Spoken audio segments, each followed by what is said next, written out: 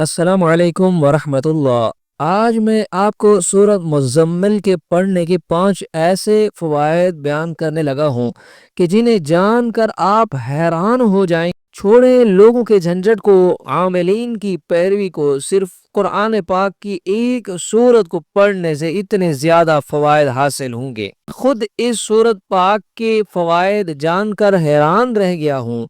میں بھی آج سے اس سورت کو پڑھنے کا اپنا معمول بنا رہا ہوں، اور آپ بھی اس سورت کو پڑھنے کا معمول بنائیں اور اپنی زندگی اور تقدیر کو بدلتے دیکھیں۔ فضائل ہی فضائل ہیں، فوائد ہی فوائد ہیں۔ چلیے جان لیتے ہیں کہ کون سے ایسے فوائد اور فضائل ہیں کہ اس سورت کو پڑھنے سے بندے کی زندگی اور تقدیر بدل سکتی ہے۔ سامعین کرام، چھوڑیں وظائف کو، عاملین کے جھنجھٹ کو، بلکہ قرآن پاک کی تلاوت کریں۔ آنکھوں کو نور اللہ رب العزت عطا فرمائیں گے، زبان کو لذت محسوس ہوگی، دل روشن ہوگا، اور انشاءاللہ آپ کی زندگی اور تقدیر بدل جائے گی۔ سامعین کرام، چلیے جان لیتے ہیں سورۃ مزمل کی فوائد اور اس کے فضائل۔ سامعین کرام، حضرت ابی بن کعب رضی اللہ تعالی عنہ سے مرفوع روایت نقل کی ہے کہ آپ صلی اللہ علیہ وسلم نے ارشاد فرمایا، جو شخص سورۃ مزمل کو پڑھتا ہے، اللہ تعالیٰ اس کی دنیا اور آخرت کی تمام پریشانیوں کو دور فرما دیتے ہیں اور اس کی تمام مشکلات حل ہو جاتی ہیں۔ سامعین کرام، سورہ مزمل مبارکہ قرآن پاک کی 73ویں سورت ہے اور پارہ نمبر 29 ہے۔ اس سورہ مبارک میں 20 آیات ہیں۔ حضور نبی کریم صلی اللہ علیہ وسلم کا ارشاد گرامی ہے کہ جو کوئی اس سورت کو مصیبت کی حالت میں پڑھے گا، اللہ جل شانہ اس کی مصیبت کو دور فرما دے گا۔ جو کوئی سورہ مزمل کو پڑھے گا، اللہ تعالیٰ اسے دنیا آخرت میں خوش رکھے گا، اس کا افلاس اور غربت دور ہوگی۔ جس مشکل کے لیے اس سورت کو پڑھا جائے گا، وہ مشکل آسان ہو جائے گی۔ سامعین کرام، نمبر 2، جو کوئی اس سورہ کو 7 مرتبہ روزانہ پڑھے گا، اس کے رزق میں اللہ تعالیٰ برکت عطا فرما دے گے۔ اور کوئی مسئلہ حل نہ ہو رہا ہو تو 40 روز بلا ناغہ خلوت میں 40 مرتبہ اس سورت کو پڑھیں۔ ایک روایت کے مطابق جو کوئی 1 سال تک بعد نماز فجر روزانہ 11 مرتبہ پڑھا کرے، اس کے رزق میں برکت ہوگی اور کبھی غریب اور محتاج نہ ہوگا۔ روزانہ پڑھنے والے کے لیے اللہ تعالیٰ دینی اور دنیاوی مشکلات، آنے والے حادثات اور خطرات کو دور کر دیں گے۔ اگر سورہ مزمل کو پڑھ کر حاکم کے سامنے پیش ہوں تو حاکم بھی مہربان ہوگا۔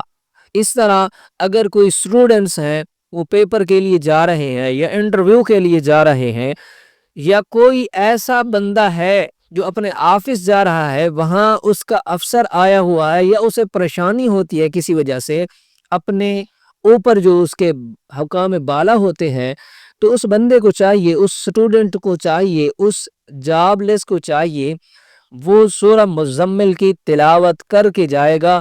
انشاءاللہ تعالی سامنے والا جو بھی حاکم ہوگا وہ مہربان ہوگا۔ یہ آپ آزما لیجئے گا، انشاءاللہ تعالی میرا آزمودہ عمل ہے۔ روز بعد نماز عشاء 11 مرتبہ سورہ مزمل باقاعدگی سے پڑھنا فراغت دینی اور دنیاوی کے لیے مجرب ہے۔ سورہ مزمل فراخی رزق کشائش کا ایک طریقہ بعض مشائخ سے اس طرح بھی روایت ہے کہ عشاء کے بعد 2 رکعتوں میں 41 مرتبہ پڑھیں۔ اس سورت اس طرح کے رکعت اول میں سورت فاتحہ کے بعد 21 بار اور دوسری رکعت میں سورت فاتحہ کے بعد 22 بار سورت مزمل پڑھیں۔ اگر روزانہ باوضو 11 مرتبہ سورت مزمل پڑھ کر بیمار پر بھی دم کرتے رہیں گے تو انشاءاللہ بیمار کو اللہ رب العزت شفا عطا فرما دیں گے۔